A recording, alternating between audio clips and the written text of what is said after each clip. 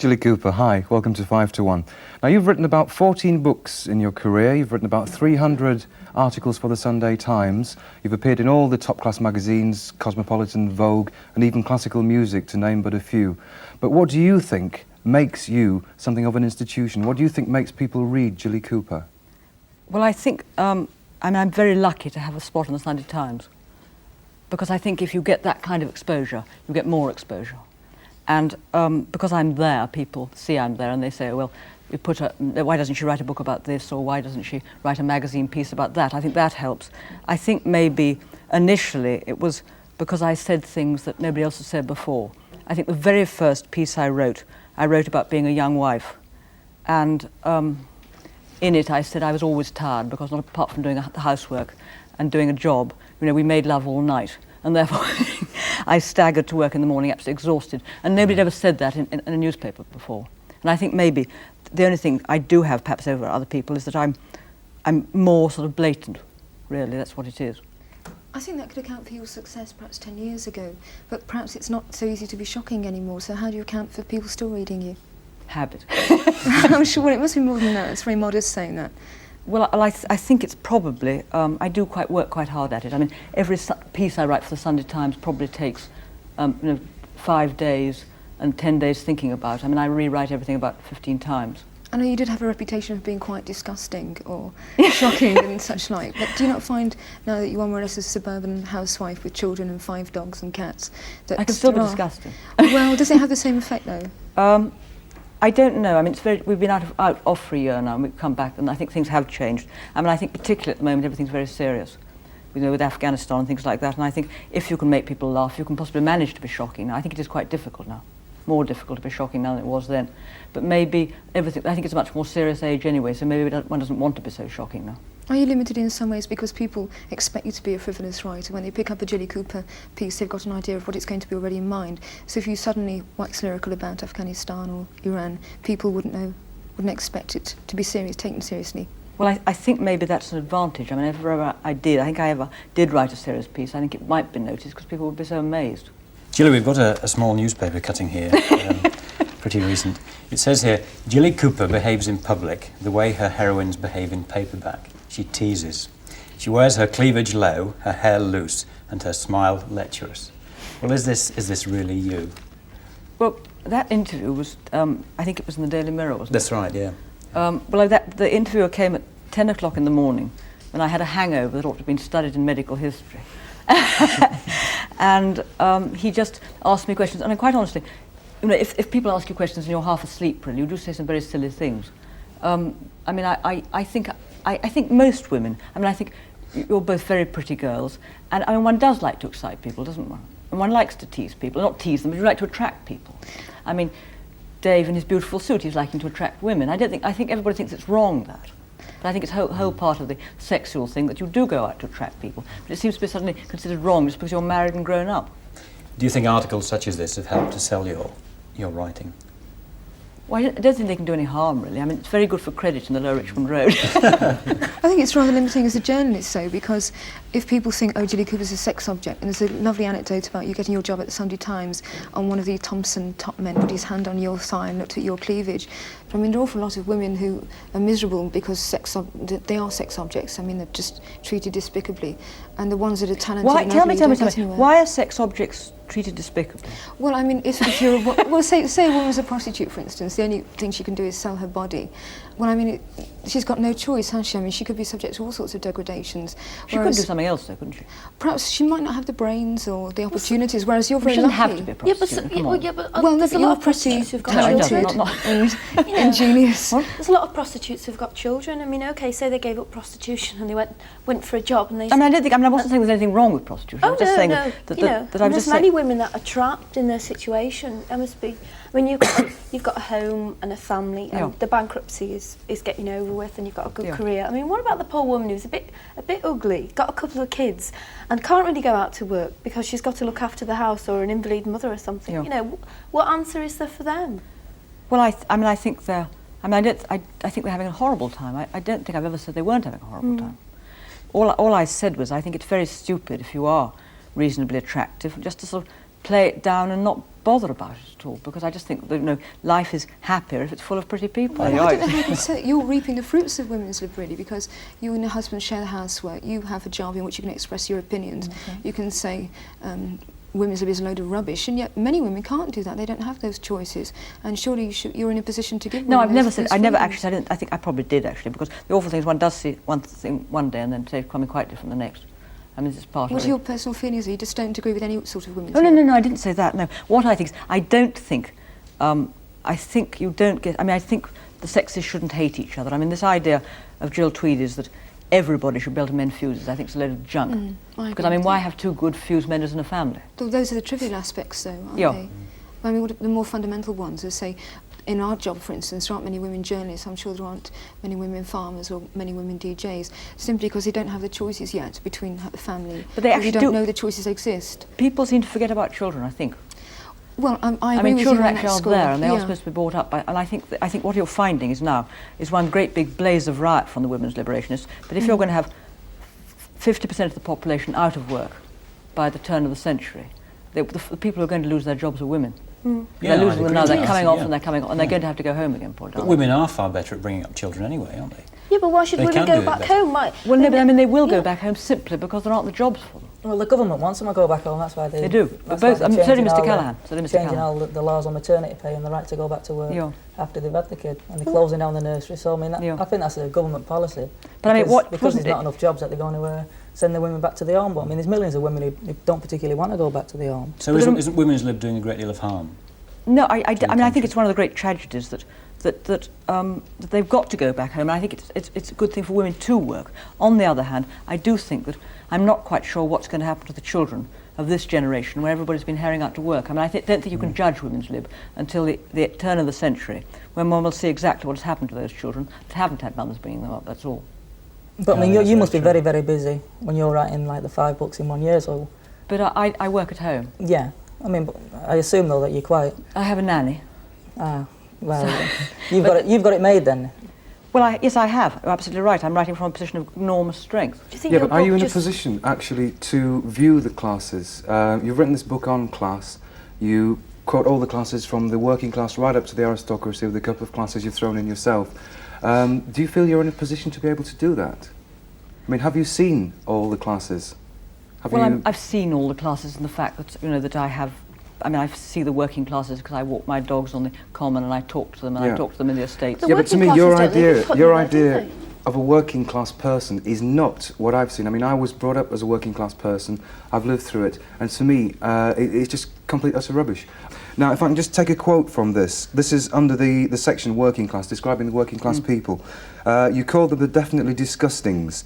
And, well, it reads here, Mr. Definitely Disgusting is your manual worker. He might be a miner from the north, a car worker from the Midlands, or a casual labourer in the south. He's extremely modest, always undressing with his back to Mrs. DD, even peeing in a way different from the other classes, splaying out his fingers in a fan so that they conceal his member. He often does something slightly illegal, like nicking a car or knocking off a telly. Now, is that your idea of the working class? No, and if so, what were you doing in a working class toilet, watching them pee? I was cleaning the lavatories. No, I mean, what I would like to... I mean, that, actually, what I must point to, that is... And what I did in the book, because it was easier than saying, repeating the word lower class, lower middle class, working class, upper class all the time, I had to deal in characters. So I made I mean, if you read the aristocratic character, he's just as sort of wild and silly. If you read the middle class, the lower middle is particularly horrid, and the upper middle is horrid. And the point is that actually, I mean, I don't mean to sort of quote this, but if you actually read it in here, it does actually say, traditionally, working class virtues are friendliness, cooperation, warmth, spontaneity, a ready sense of humour and neighbourliness. It goes on to say that the manual worker doesn't have any of the job satisfactions that the middle class... I mean, that's just an isolated instance you've picked out. Have you actually lived and worked with the working classes? And have you actually lived and worked with the aristocracy? So you're in a position to say what they do. I mean, I could write a book and I could say my views of the aristocracy and what I've seen, but I've never actually lived with them. I've never worked with them or anything. Well, they don't work, but I've never actually been with them. Do some of them. In a position to say they definitely do this and they all do this and that's it. I mean, what makes you able to do that? Well, I think it's deep arrogance on my part, probably. I mean, I just wanted to write a book. I mean, I have observed them a bit. I mean, I did, I think, say in the beginning of the book that obviously my knowledge of the working classes is much more limited. And I mean, I have stayed with an awful lot of aristocrats in their houses, so I've been able to study them. I haven't actually stayed in a working class house, I admit that. What I can't understand on this, Jilly, is that, I mean, you have a go at all classes, which is fair enough, but you chose to call the working class Mr. Disgusting. Oh, do you know why? Well, that was my question. I mean, my attitude to that would have been, it's much easier to have a go at the aristocracy who don't actually work and don't actually produce meaningful things for life. And I would call that quite disgusting and not the working class. No, well, I mean, the point people. about it was actually that it was a very badly chosen name, and I admit that. I mean, the reason why is that not you, but a lot of working class people, because they haven't had the advantages of education that the middle classes have had, are less articulate. Yeah, well, I'm less no, articulate. yeah, exactly. And the point is that the answer to any question on television, they'll say disgusting, definitely. I mean, it's just a standard. If you listen will to, they? Yes, you listen. I mean, how often they say definitely instead of yes, and they say disgusting. And that was not describing them as being definitely disgusting. It was just the answer they have to the question. It was obviously a badly chosen name, but it was not a term of disapproval. It was just a term understanding their frustrations because they are less articulate. Well, what are your personal feelings about the working classes? Well, what are my personal feelings about the middle classes? I mean, I don't have any personal feelings about them. I mean, they're just there. I think Dave's point is a good one, in that you do seem more savage about the working classes than any other. I mean, the things that you said, Not they have savage warm... as the middle, I don't think. Well, warm spontaneity, things like that. Those are cliches that are often quoted, and that's fair enough. But you seem to have quite perhaps a secret like of the aristocracy. I don't know if you would I like call Mr. yourself Is it a snobbish. like or is it an envy? Are Perhaps you an afraid envy. of falling down into the working classes and not at all. striving higher? No, not at all. I actually do like, I mean, I did actually like, I mean, you won't believe it, but I like the Definitely Disgustings. I mean, they were much the merriest character in the book. I mean, Mr. Definitely Disgusting is smashing because, I mean, he's always there doing that to everybody. I mean, he's a giggle. I mean, they're thinking of making a musical about it at the moment, and he's going to be the hero of it because he's the man who's always sitting there with a sense of humour and can see the funny side of it. Well, again, that's a music hall definition, isn't it, really? I mean, as you say, that's what makes English comedy, the differences and aspirations of people. So he's been mocked in that sense. Yeah, because Well, I mean, the upper he classes are become being mocked too, I mean, and he the lower become middles a are being creature, mocked. a sort of. I mean, will everybody who watches that musical take it seriously that Mr. Definitely Disgusting is putting two fingers up, or is Mr. Definitely Disgusting just going to be a comic character in the middle? No, he'll be putting two fingers up. But I mean, equally, I do think that. I mean, I'm sorry, but I think that the working classes shouldn't be romanticised any more than any of the other classes. I know they have a tougher time, but I mean, I don't think if you study the upper middles, I mean, the upper middles are appalling. Don't you think some of the things you said in that book, though, I mean, particularly the things Dave mentioned, could be more hurtful than you realise? I mean, there was one passage about Dave Definitely Disgusting taking his girlfriend out for dinner, and he didn't know what steak tartare was and that sort of thing. And I mean, imagine... But it must happen, though. Yes, but imagine if you're the stereotype come to life reading that. It must be incredibly hurtful. Well, I think it probably is. I mean, but I think it also is. It happens. I mean, I think there must be probably the upper middle classes are hurtful about being described as riding around on sit-up and beg bicycles with a bawling child in the front and wholemeal bread in the back. Well, that's fair enough, but they're more articulate anyway. They can always write letters to you or reply in some way. But the poor chap who just happens to pick up a copy of your book in the reading room, perhaps, is totally speechless. He can't say anything, and he just reads it, probably takes it to heart tremendously, and can do nothing about it. I mean, this is a point. I mean, you're in a very influential position of being a top journalist, very greatly admired by everybody, and you have probably more power than you realise because, I mean, that was serialised in the Mail, and the Mail has a tremendous readership, much more so than the Sunday Times, which is obviously the thinking person's paper. You'll be pleased to hear. Do you feel sort of responsible? You know, you might write something and, you know, you write it over several times and you get it published in the Sunday Times and then you get a sudden lashback from it and you think... That's true. I'm do you sure feel really Krista responsible? feels that. I mean, I think you feel that as a journalist, I'm sure you do. You actually sit there in your tiny room like I did this week and you've got to get the thing finished. You have to finish it by Wednesday afternoon and suddenly you think, I've got it, it's going to work, it's going into overdrive and it writes itself. And then it goes off to the printer and it comes back and you do the galleys and then suddenly it appears in the paper. You think, God, what have I done? Why do you think England has so much class difference? I think principally it is because the aristocracy originally didn't work, and so in England it became valuable to regard not working as a mark of status, and so as a result everybody made their pile. Instead of ploughing their money back in industry and going on, they all bought their country houses and espoused the country house way of life. And I think in England always, it's changing now, but they always looked up to the aristocrats. Does that mean you're in favour of the class system as it is? I mean, I agree that the country needs a class system, I don't like it defined as a class system. Why does it need Well, a class it needs system? people, it needs the figureheads to sort of run the economics of the country, which is the government, which was the aristocracy. It needs the landowners, because without landowners you can't have land and build. And it also needs the for want of a better word, the working class, because they have to do the work, they have to produce things. Now, Yeah, but you don't need landowners to have the land. Well, someone has to own the land, don't they? Someone has to be in charge. Who gives somebody a God-given right to own, say, so many hundreds of thousands of acres in the country? Yeah, but someone has to have it. Don't you agree? I mean, someone has to actually do the work on the land, and someone has to say, right, I own this land. You work for me. You'll do this job and do this job. Because otherwise, we'll all be trying to do the same jobs and trying to do the cushy jobs. I mean, everybody. Yeah, but a book like yours could start off people thinking that I belong in this slot. You know, I mean, all the characters in your book. I mean, obviously you've got to make caricatures, but people seem to fit.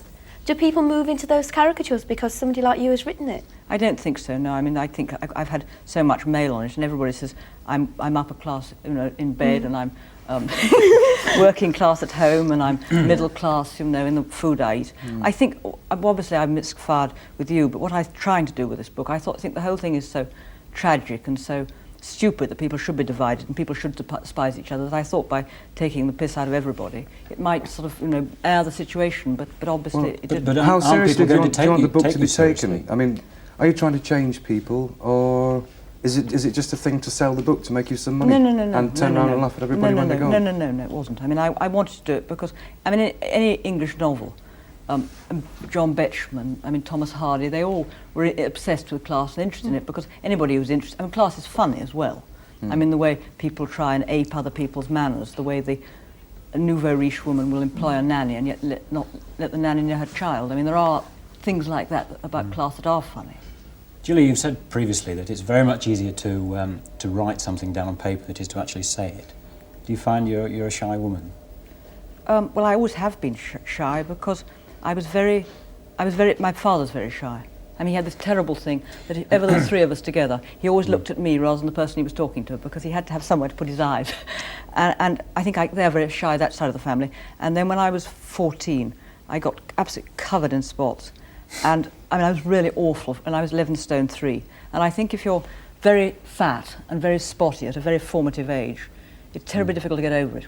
You know, at heart, you're still fat and spotty. How do you manage to balance then being shy with writing the explicit, for want of a better word, the explicit novels you write? Well, that's the compensation, isn't it? So you're actually hiding behind your book. Is it what you're writing about? Is it what you'd love to do? What you'd like to do? The sort of woman you'd like to be? Because all the characters in your books are similar. They're all very similar. And is it something that you would... Oh yes, I mean, I'd love to, and it's my fantasy life. Or is it something that you've done, past experiences? Well, I mean, I've done a few things in those books. Can I give you a quote from one of your books, Jilly? He was tall, with broadish shoulders, long black hair, restless dark eyes with a wicked gleam in them, and an arrogant sulky mouth. And yet another quote.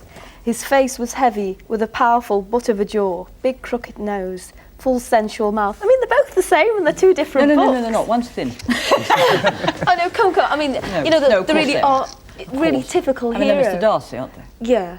Really, I mean, Mr. Darcy, what's the other one? Mr. Darcy crossed with Heathcliff, and there's one more. Oh, Rochester. Rochester, that's right. Yeah. I mean, it's a romantic prototype. Yeah, but there was, I mean, I read a theory that Enid Blyton wrote to a formula. I mean, somebody took the famous 5 books to bits and said, in such a chapter the kids were captured, in such a chapter they escaped. I mean, do you write to a conscious formula when you're writing your romantic novels? The point about those, they were written as serials in magazines before I got the Sunday Times job. And so, I mean, they were obviously commissioned as 4-part serials, and so you had to make everybody cliffhang and then, you know, fall into the arms of the heroine hero at the end. And so then my publisher read them in the hairdressers. And he liked the heroes very much. Yeah. Oh, I love them. They're So he said, why don't you make them novels? And so in a way, they have been very stereotyped plots. You know, I was stuck with a plot. I know you say you'd like to write a serious book. What do you mean by that exactly? I'd like to write a good book. You mean like in the tradition of the classics? No, I'd like to write a book that was... I mean, the class book is not a good book, simply because it was written with too little thought and written too fast. I'd like to write a book that was... Yes, it would. I'm not a classic, I'm not that good, but I'd like to write a book that... Do you think people would read it? Because it's very different to what you normally write.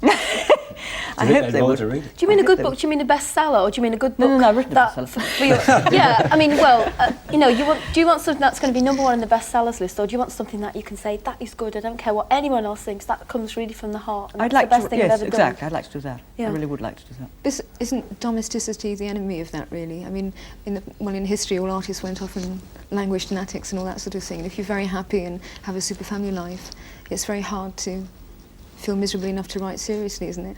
I think it's not quite true. I mean, somebody like Anthony Powell is very happy. I think some people need to suffer.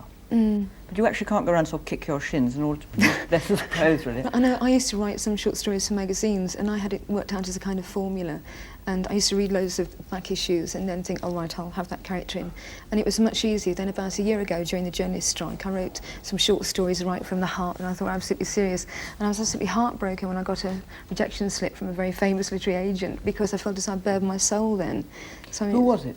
Ed Victor. I'll tell you about him later. Tell me, when you're actually writing, do you ever get what's known in the business as a writer's block? You can be sort of halfway through a book and all of a sudden it's finished. You cannot do anything else. You can't think of anything else to write, or you've lost the story. Well, I mean, I have them all the time, but I had a really shaming one this week because I was supposed to be writing a piece for the Sunday Times, and I suddenly found on Monday, I mean, it's never really ever happened to me before in 11 and a half years, I just couldn't go on writing. I mean, I was typing the word threaten over and over again. This was on Monday, and I got so panicky. And I was just sort of crying into my typewriter, and Leo got back, and he just said, look, you've got to stop. I mean, 5 books in a year, and doing too many Sunday Times pieces, I mean, obviously you've just gone over the top. So you're going to take a break now? So I'm going to take a little break, Yeah. till I get... But I mean, already, I haven't written for 4 days, and I'm beginning to itch again. Does it bother you the fact that you're better known than your husband? Does he feel as though he's just Mr. Jilly Cooper?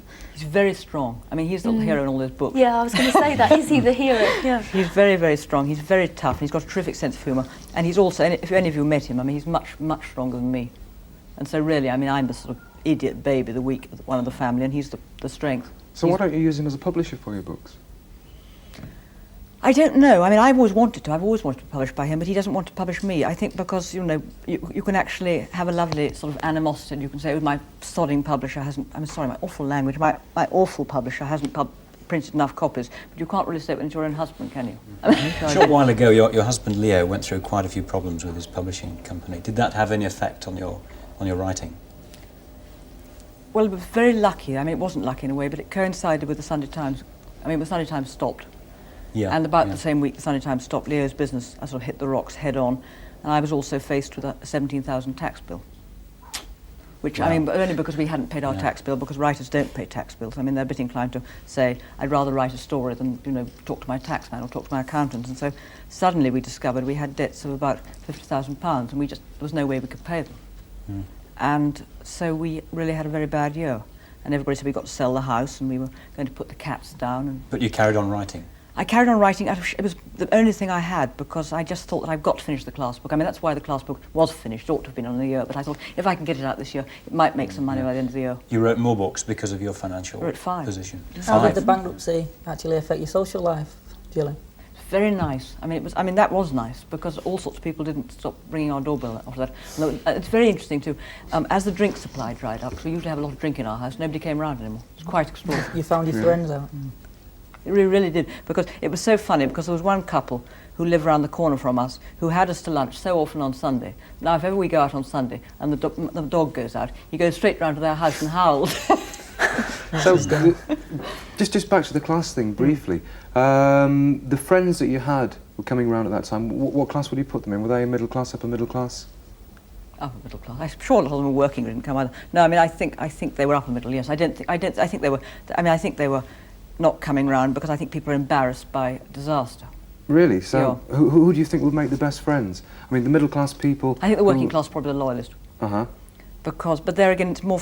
I mean, one's family is more solidarity. I mean, what I mean is the working class, I think, are more close to their families than any other class, don't you? I think so. Don't you think? I mean, wouldn't you think that the sort of mother relationship is very strong in the working class? Well, it used to be. I don't think it is down. so much now.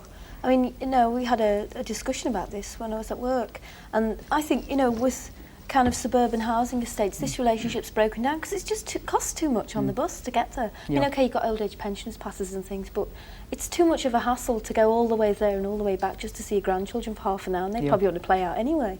You know, I think it is breaking up, and it is the working classes are getting more like the middle classes, more centred on just the tiny family unit, which is an awful shame, really. Because I mean, that's one of the things. But the working, I mean, one of the things. God, I'm so difficult. Yeah, but the closeness is also nosiness. Everybody knows everyone else's business in the working class, and not everyone likes that. You know, I mean, no. I think that's a fallacy to an extent as well now, though. Do you know the idea? Oh yeah, I mean, I think the old community feeling. Extremes, can't you? I think what my parents used to say, my dad and mum, when they used to talk about how it was when they were kids, I think that's breaking out to an extent. Yeah, you know, with the high-rise flats and no facilities, and I think the community feeling is generally breaking down in the working class. Yeah. I think that's true. It's very hard to suss you out completely. It's hard to say. I mean, you seem so nice, but some of your books are so savage. I mean, how do we know which is a real Jilly Cooper? I think it's a bit of both, really. I mean, I think we all have a certain amount of aggression in us, even though it's very latent. And I find that, you know, I have savage moments and I have compassionate moments. I think also if you meet most of the funny writers, so-called funny writers, people like Bernard Levin. Do you know Bernard Levin? Mm-hmm. I've seen him at a party. Yeah, well, he's adorable, friendly, gentle, kindest man, very loyal friend. And Nigel Dempster's the same. I mean, he's a sweet man, and so is Richard Ingram's. But they're all murder on the page. And I think they work off their aggression on the page.